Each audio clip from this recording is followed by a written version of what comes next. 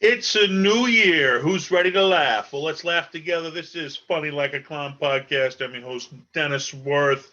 January 4th in the new year 2022. This is episode 135. Man, I always said I got to around 300 episodes. I'm going to stop at 300. So I guess we're closing in on the halfway mark anyway. 135. Get to another 15 more at 150. Who knows? Who knows? Maybe I drop dead and we won't make it, but we'll see. Right now, I'm alive and kicking, so let's do it. Hey, man, we're exploring the history of comedy here on Funny Like Mom podcast, and this week we will be exploring, I guess, the best said, an underground comic, legendary comic Mr. Dave Attell. As always, today's episode is brought to you by G Vegas Buffalo Sauce. That won't be changing because, hey, if you want some great tasting buffalo sauce, go to www.gvegas.webs.com. And I personally say there's not a better buffalo sauce out there. This stuff is just like lightning in your mouth, man. And I don't know if Dave Attell likes buffalo sauce, but he does like comedy, best known for Comedy Central's Insomniac. Um, he, uh, he's got a cult following, as I guess I kicked off the thing showing. He's earned the admiration of other comics. Okay, this is where he never busted into the mainstream, but he busted into where he's always around doing something, and you always notice him, and you know who he is. But he's not the big Eddie Murphys or like the Dave Chappelles or the huge names in comedy. But he's in that next tier down of just legendary. But he's the guy who like the legendary comics admire, because if you listen, like Joe Rogan gives this guy props all the time. He says, man, Dave Attell. He's the comics comic where just all the real good comics, they wish they were like Dave Attell. He has such an admiration for how good of a comic he is. And remember one story they were telling about the guy that some guy was heckling him. He tried to leave him alone. He's like, all right, you know what? Let me finish this joke, and then I'm coming for you. He finished the joke, and I guess he just ripped this guy a new one for about a half hour straight. So the guy finally just got up and left. Man, it was like just an art form where other comics just get cracked up by what he's doing. So hey, when you earn the admiration of your peers, that's a good thing. I have people my age I get a lot of compliments from. These 20-year-old kids who complain about everything. The next hotshot comic who thinks everybody owes them. But stuff you can't get a 20-year-old's admiration because they think they own the world. But I was a wise ass 20-year-old kid once too, so I get it. I understand. I understand the whole freaking thing right there. I guess one of the funny things that I find about doing this show is finding out how comics started in comedy, and there's been so many messed up stories where some people try to make their mother laugh because she was an abusive mother, and if you could make them laugh, you'd avoid the beating or something like that, or like other ways, to keep them getting picked on in school, or they just whistling while you work and telling stories, and people were throwing pennies down the stairs as a kid, and that, hey, I'm going to try entertainment. We're done working. We're going to go down the park and make some money. But I guess Dave really didn't have this big, storied start to his career. If you want to have a textbook career on how to be a comedian, I guess this is the textbook version right here of how to be a comic. Let's see, he graduated from New York University. University. After he graduated, he decided he wanted to start doing some open mics, which that's where anybody gets up there and starts their first time and see how you do. And after doing the open mic circuit for a while, caught the eye of some people. In 1988, he had his first TV appearance. It was on VH1's Stand Up Spotlight, hosted by Rosie O'Donnell. And I do remember that back on VH1 because back in 1988, you couldn't go to your computer, or we didn't have the Netflixes on our phone, and we didn't have 24/7 comedy available to us if we wanted, okay? So, you had maybe the Tonight Show, the Late Show, late. That's where you'd see the mainstream. That was it. That's all. Eventually you'd have some other, odd channels that have like, some stuff, and then all of a sudden, whoa, the pay channels came along, pay TV, the HBOs, the Cinemaxes, the Showtimes, and that was the next big wave. Okay, but before that, there weren't many venues to see it. You could go see it live, but I mean, other than the late night shows, you weren't seeing much comedy. But VH1 did. I remember Rosie O'Donnell, they had the light bulbs in the wall behind her, and she hosted the show, and it was popular for a while. I mean, it showcases some of the new. I mean, made Rosie O'Donnell the household name. I'll give her that much. That's how where you recognize her first from. And he got on there. Let's see, 1993, he appeared on a late show with David Letterman. So, I mean, that's, the stepping stone where you want to get to the late night shows. You got to do, the VH1s before that. He got seen on the Letterman appearance by Lauren Green, who was the Saturday Night Live exec, obviously. And he hired him as a writer and occasional performer, where you get into like a small part in the occasional skit, if he was lucky. But hey, you get your foot in the door, right? Your foot's in the door Saturday Night Live. That's not a bad thing. Let's see. 1995, he was featured in 2 HBO specials, which that's the pay TV of the time. That was the Netflix of the time. Featured with other comics. They were hour-long specials. I mean, it wasn't him doing the whole hour. It was a bunch of comics, but he was one of them, man. He got in. He was in the game. Okay. Let's see. He was the featured performer in 1995 on the Young Comedian special, which I remember Rodney Dangerfield's Young Comedian specials back in the day. Those were to die for if you like comedy. And then, Rodney brought us the next generation of, great comedians, Sam Kinison, Roseanne Barr, the Tim Allen, I mean, the Andrew Dice Clay. They all went through Young Comedian specials with Rodney Dangerfield. And, here's Dave Attell following in the footsteps of the Young Comedian specials. Hit it off on there. He earned 2 60-minute HBO comedy showcases.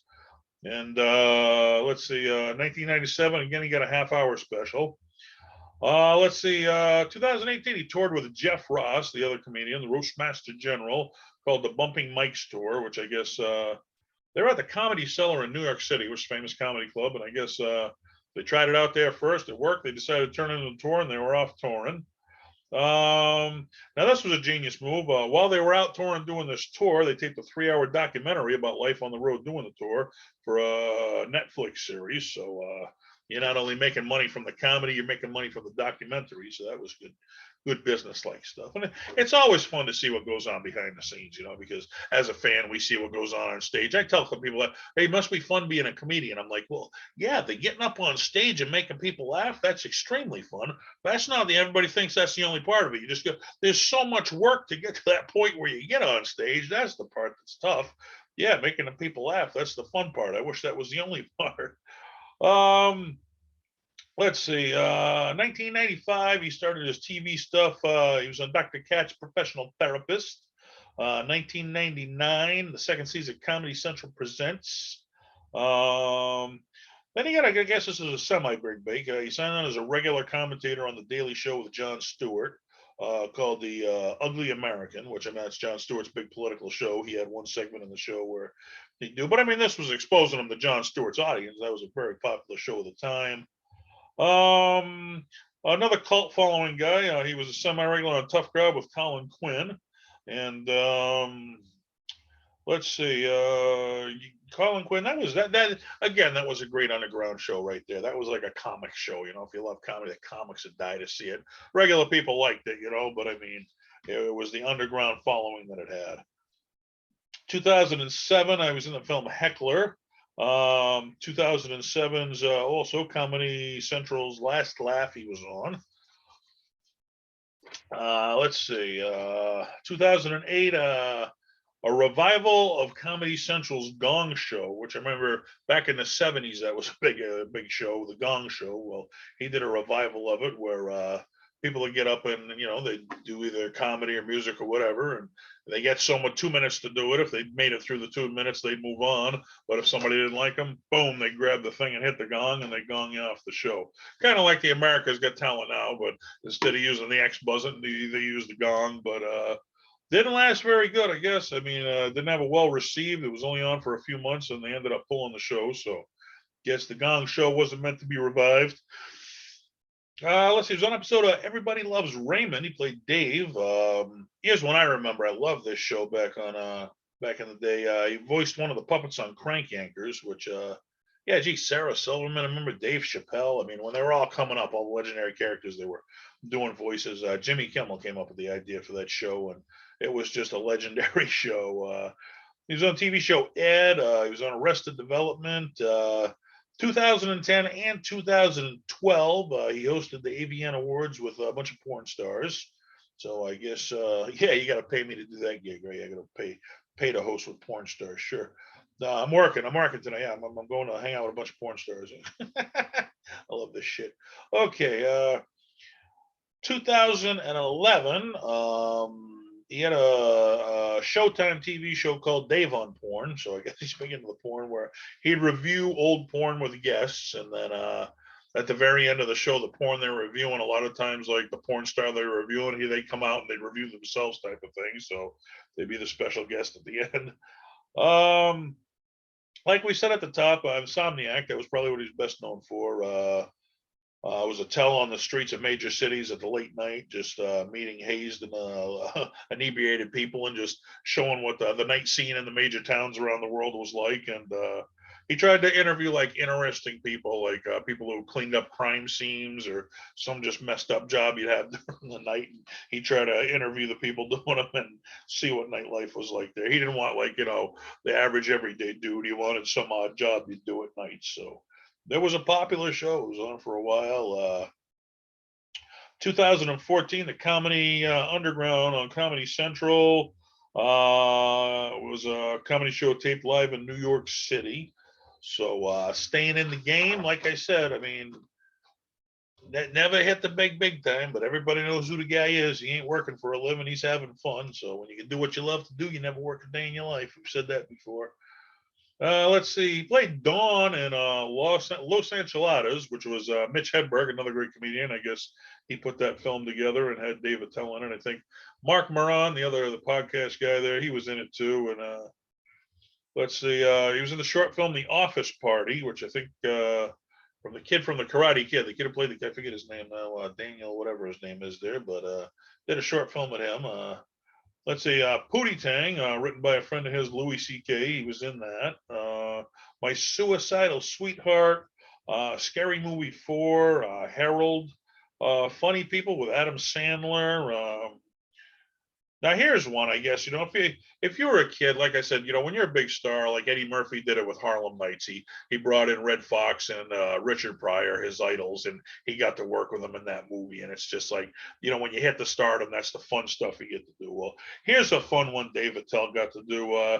He voiced the GPS in Scooby-Doo's Abracadabra Doo. So can you just imagine, man, watching Scooby-Doo as a kid all those years, and then you get the voice like in a Scooby-Doo movie? That had to be a dream come true. Plus all the great comedians, there were cartoon characters on Scooby-Doo back in the day. I mean, it's just that's childhood dreams coming true right there. He was in the movie The Trainwreck, Feel Petty, and I guess if you wanted like a trivia question about him, he which is big money. I mean, these gaming system, my kid, what's the hot new game you needed for your PlayStation or Xbox or whatever the hell you got? I guess he did live commentary on a video game called Outlaw Golf 2, which you can buy for these game stations. So I mean, when you're in the video game world, I guess that's a big avenue nowadays, which back in the day it wasn't. But I mean, these video games where you're actually a part of the story instead of just watching the story on TV. And let's see, didn't get a lot of feedback from the fans on this guy, but I guess the mainstream fans didn't like him, but he's got that underground following. Guys like me and guys like you love comedy, listen to this podcast. My buddy Michael Buster McMahon, a former guest, he did chime in on his favorite thing of Dave Attell. He said, terrorists calling to make a plane reservation. Name? Joe. That's J is in Jahar, O is in overthrow the government, and E is in explode and die, Yankee dog pig.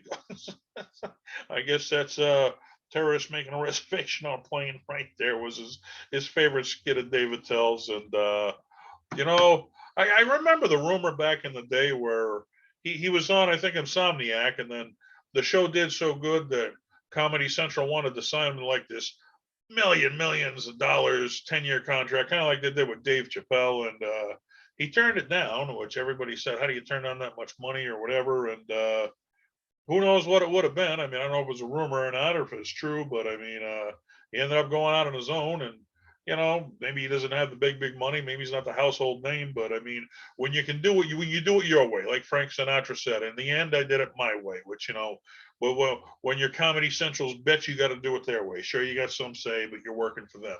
Do it yourself. You can do whatever the hell you want to do. So you can't put a price on that, and money's not everything in life. When you're young, yeah, you got money, you want to do everything. As you get older, you realize, money, hey, you got family and friends, and that's what it's all about. You know what? If you got laughter, that's all about. And that's what we go here for. We're exploring laughter here on Funny Icon Podcast. Thank you guys for tuning in. Thanks, David Attell, for giving me an episode. And keep doing what you're doing. Keep being a great comic. And hopefully, hey, we're getting educated about things. And that's a textbook story right there, right? Little things. He stayed at an open mic, went from an open mic, got his first break, turned into a bigger break, and just the textbook story on how to be a comic right there, I guess, living it up. All right. Hey, my big break's coming. The movie's coming. I think less than 2 weeks away from the movie theater premiere of my movie, The World Needs a New Superhero. And soon it'll be on Amazon Prime. And that's when I hope you guys out there in podcast land will watch my movie. The trailer's already up. So The World Needs a New Superhero. Go to YouTube, put that in, put The World Needs a New Superhero movie trailer. It's a 2-minute trailer, 2 minutes of your time. Watch my trailer. Give it a like for me.